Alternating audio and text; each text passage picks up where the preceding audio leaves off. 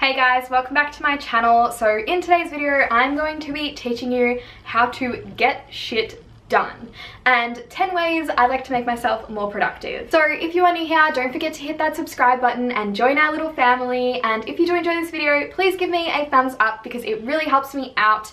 And I really can only share so much information with you in these videos. So if you want my little tips and tricks about surviving your 20s, then make sure to sign up to my email list below. So my first way to make sure I'm productive is to set goals. Now, I'm pretty sure I mention goal setting in like every single video I make, but that is because I really think it is super important, and it is a way that you're going to make sure you actually get shit done. When you have something to walk towards, you know that you need to do those things. And if you watch my goal setting video, which if not, I'll leave a little link up here, then you know that I like to set goals with time frame. But make sure that you're actually being productive because you have a time frame that you need to complete it in. So next up is to plan. If you don't have a way that you keep track of your plans and what you're going to do for the day or the week or the month, then you're not really going to be that productive because you have no idea what you need to do. So definitely make sure you have a planning system in place. Obviously, if you follow my channel, you know that I love bullet journaling and I put everything into my bullet journal and plan out that way.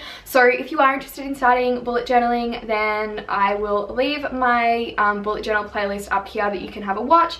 Otherwise, if that's not your thing, you can have things like maybe Google Calendar to plan out your week, or I love the app called Wonderlist to list out my to-dos when I can't carry my bullet journal around, and there are heaps of other apps and things like that out there you can use to plan your time out. So make sure you're doing that to get your productivity levels up. So number 3 is time blocking. This is a concept that is kind of newish to me, I'm gonna say. I've only really started doing it in the past few months, and it has literally increased my productivity so much. So it's the idea of saying, so for this 1 hour, I'm just going to focus on one thing. So say for 1 hour, I'm just going to focus on creating 5 thumbnails for 5 of my videos or something like that. So that all you're doing is giving all of your focus onto that one task and not getting distracted by anything else. And trust me, it really increases your productivity. And the next tip, which kind of goes along with that time blocking, is to set timers. So say if you've given yourself this 1 hour to do something,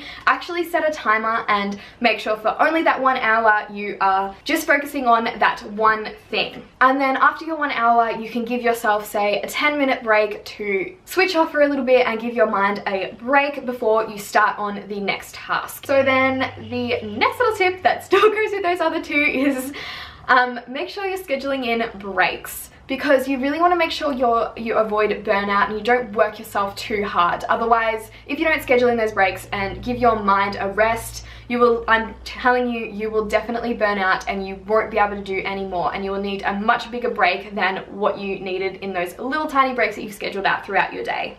So the next tip is to get yourself motivated. I have filmed a video all about my 5 ways I like to get myself motivated to do anything. So check out that video if you struggle with trying to get yourself motivated. If you're not feeling motivated, then you're not going to be very productive, are you? So next up is wake up earlier. If you wake up earlier, you have more time in your day, obviously, more time to do more things. And in that time, you will be productive if you are using all of my little techniques like time blocking out that time and taking a break after that time block and all the things I've mentioned basically. Next is to fuel up. Make sure you are feeding your body good foods and things that will keep you full for long and things that are good for your body and will make sure that your brain is working at 100% and you're not getting distracted because you're feeling really shitty on the inside because you've just eaten McDonald's for lunch, breakfast and dinner. My second last tip, which is a little bit materialistic, I'm gonna say, but it actually works, is to pretty up your space.